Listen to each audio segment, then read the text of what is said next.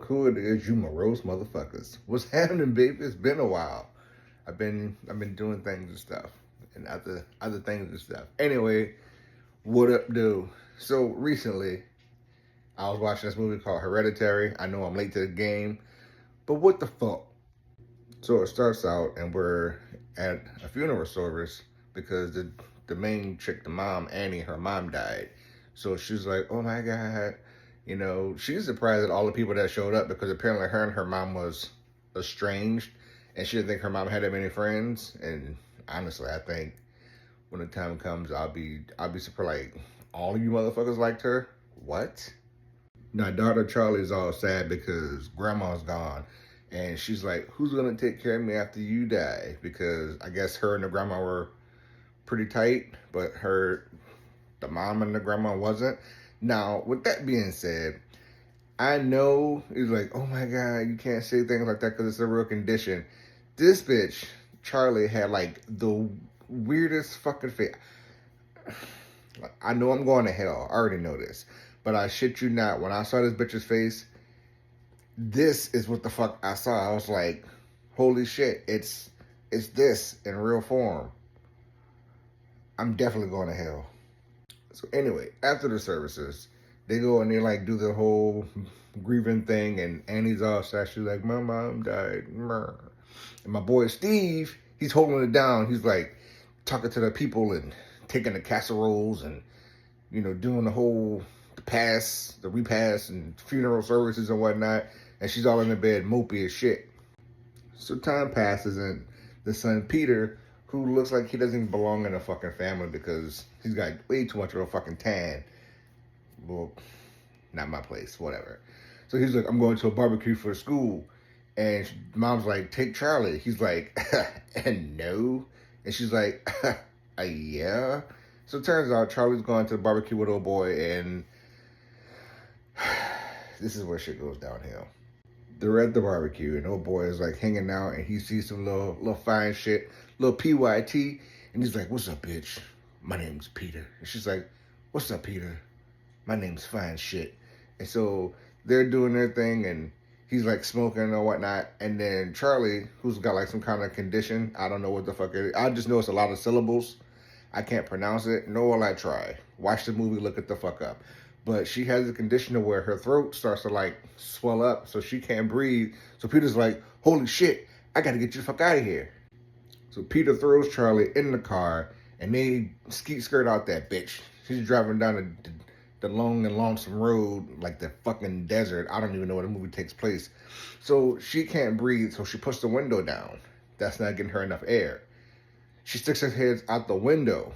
That's not getting her enough air. Apparently there's like roadkill in the road, and Peter swerves around it with Charlie hanging out the window, and he decapitates this bitch. Like, oh shit. Now Peter's just sitting in the car, and he's like, oh my God, you know, what the fuck? I guess he's in shock. But what the part that really sells it, not really, is he just realized that his sister's dead. Like, he knows something happened, but he doesn't know exactly what happens. And so he, like, wipes his tears, drives off with the body still in the car and the head on the road, goes home, says absolutely nothing, gets in bed, goes to sleep. The parents the next day find said body in the car with no fucking head. And you can just hear, like, the mom, you can hear the anguish in her voice, like she utterly loses her shit to find her kid like this. Fuck you, Peter. So as the movie goes on, you can visibly see that, like, Peter and the mom, they don't really vibe. They don't fuck with each other like that. The mom's just like slowly losing her shit because she just lost her mom. She just lost her daughter. She goes to like some grief counseling group and meet this bitch named Joan. Now, when I first met Joan, I thought nothing of it. Like, she's just one of those happy-go-lucky people. But at the same time, my thing has always been, if you meet a bitch that's way too cheery, like always happy and like happy to see you and sunshiny and rainbows and shit, you watch that motherfucker. Now, Joan invites Annie back to her place after she sees her at the supermarket or some shit. She's like, come to my house and have some tea. I got something to show you, bitch. So she does this little seance thing. See, this is shit that I don't vibe with. Like, people of the colonial colors, mainly, not all of them, not always, but a lot of you motherfuckers, y'all like to fuck with shit we shouldn't be fucking with. Like the Ouija boards and the seance and the candles and the... fucking leave it alone. Anyways, so Joan was like, I lost my grandchild a few years back, but I can communicate with this motherfucker. Watch this. So she gets like this, she lights the candle and talking to the spirit, and she's like pulls out a fucking chalkboard. She's like, write down what you wrote to me. And so they start writing on the chalkboard, and Andy's like, bitch, what the fuck? Oh no, bitch. Oh no. So she's like, look, that was cool. Thanks for showing me. Bitch, I gotta get the fuck. All the while, Peter's losing his shit because his sister's dead. He's the reason. And he's just like, motherfucker, I'm losing my motherfucking grip on reality. And good for you, because I hated Peter the entire fucking movie.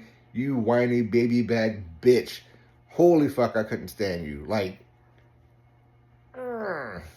eventually, Annie gives in and she's like, like they're sitting at dinner and Peter's like, what's wrong? Why aren't you talking? And then Annie's like, stop fucking with me. I'm eating, bitch. And so he's like, but you don't talk to me. She's like, well, what the fuck you want to hear? So he's like, he's like wanting her to pretty much get it all off her chest. And she gives him the business. She shut your damn moot.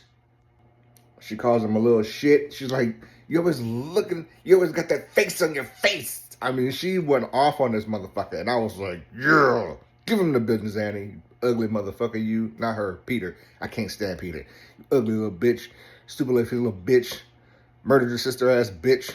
Motherfucking leave a dead ass body in the car bitch. Fucking whiny, weak ass, losing my grip on reality ass bitch.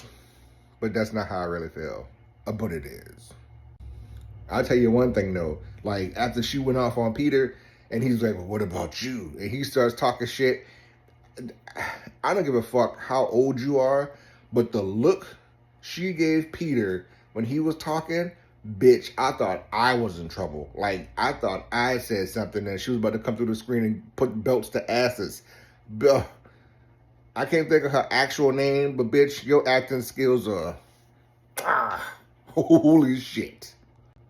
I forgot to mention that. After grandma died, the mom sees her ghost in the house, and you're like, what the fuck, bitch? Oh my God. And then Charlie sees said grandma like in the garden or some shit. So then after Charlie dies, because she used to make some weird clickers, like some weird shit, literally clicks and whistles. Not whistles, but just clicks. Anyway. So after she died, Peter kept hearing the whole, like, every night, and he's like losing his fucking mind. And I'm like, you know what, bitch? You fucking deserve it, bitch. So Annie gives in and she's like, fuck it. I'm about to light the Black Flame candle. That's a different movie, but if you get the reference, then you're a real one. So she's like, look, we need the whole family here because Joan told me how to do it. We need the whole family. We're going to light this candle. I'm going to say these fucking words, and Charlie's going to be here with us. So she does it. And at first, my man Steve is like, look, bitch, you lose. Look, I'm getting tired of this shit, bitch. Fuck that. And then Peter's like, well, I'll do it. And I'm like, you know what, Peter? I hate you like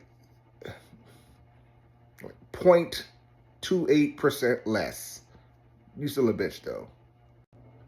So they light the candle, do the words, whatever. And then come to find out that, there's something in the house. The spirit of Charlie. And so the mom gets her little sketchbook.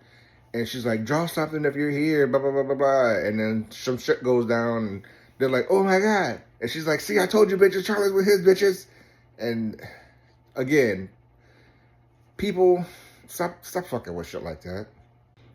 Annie starts going in, like, full dick detective mode and starts finding shit in the house because she's like, well, first off, she's like, going through the house. She's like, what the fuck is that smell? Like, oh, my God. And then she goes into the attic.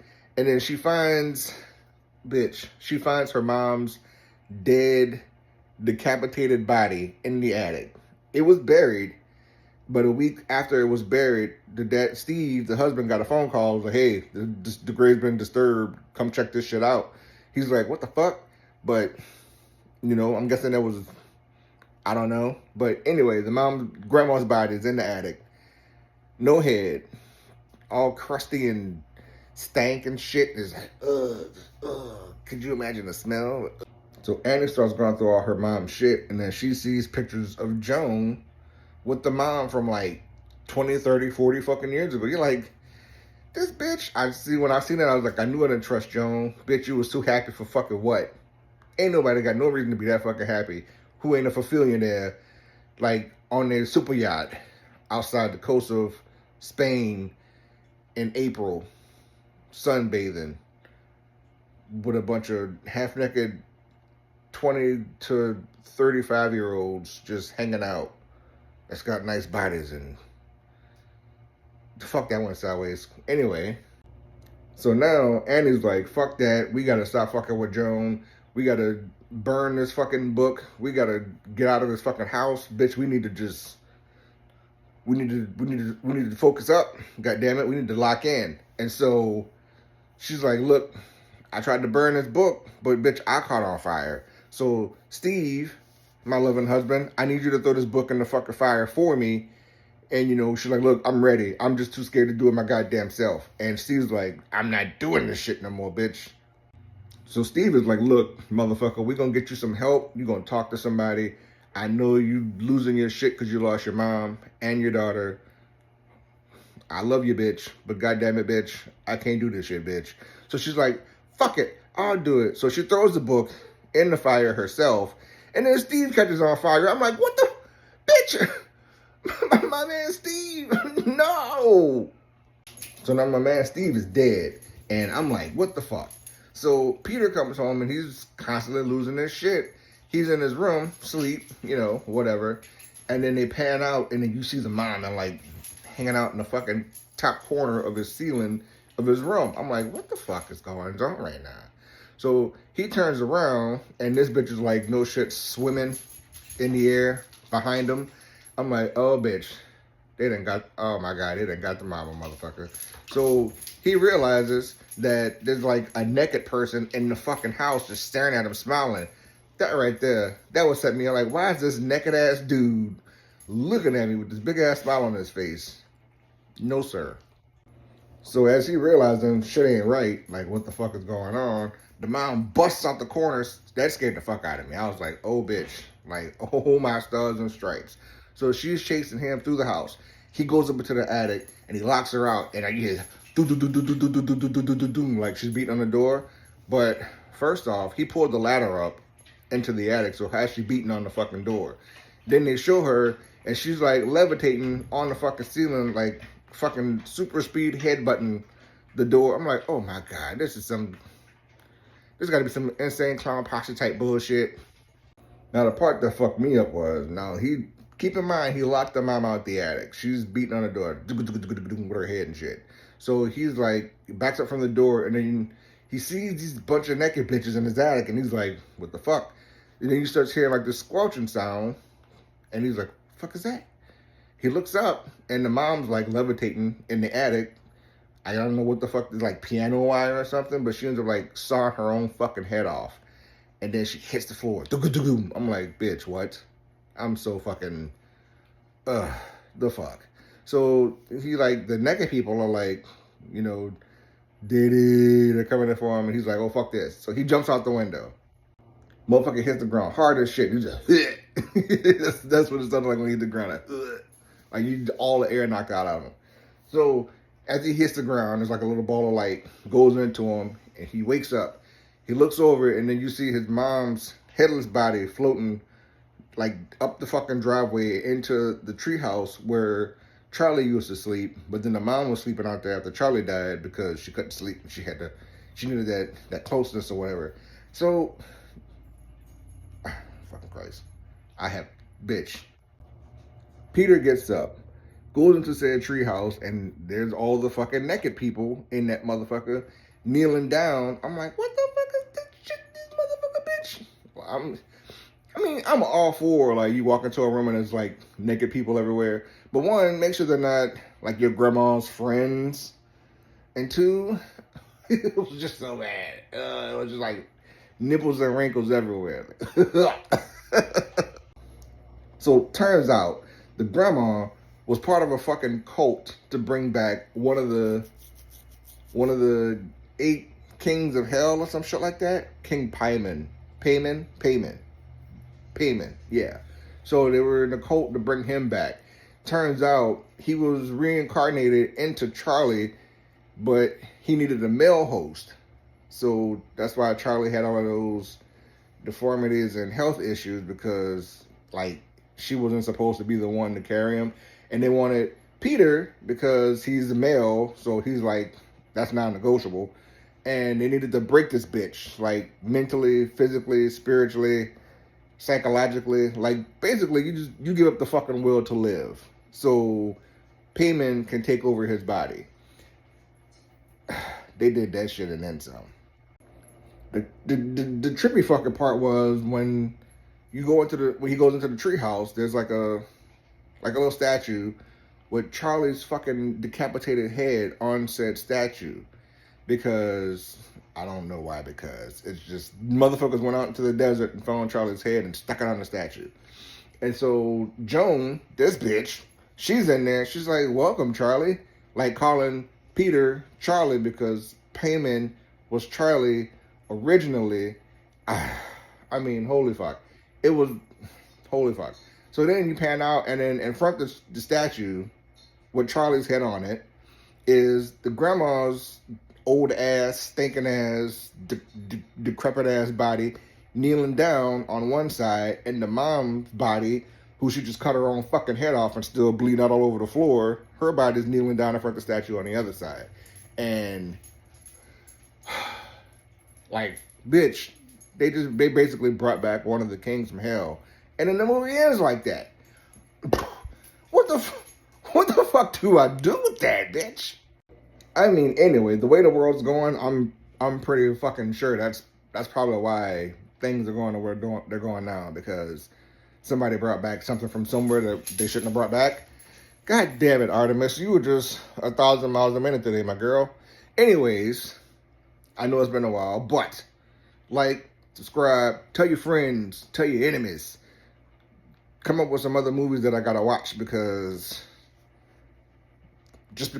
fuck. Deuces.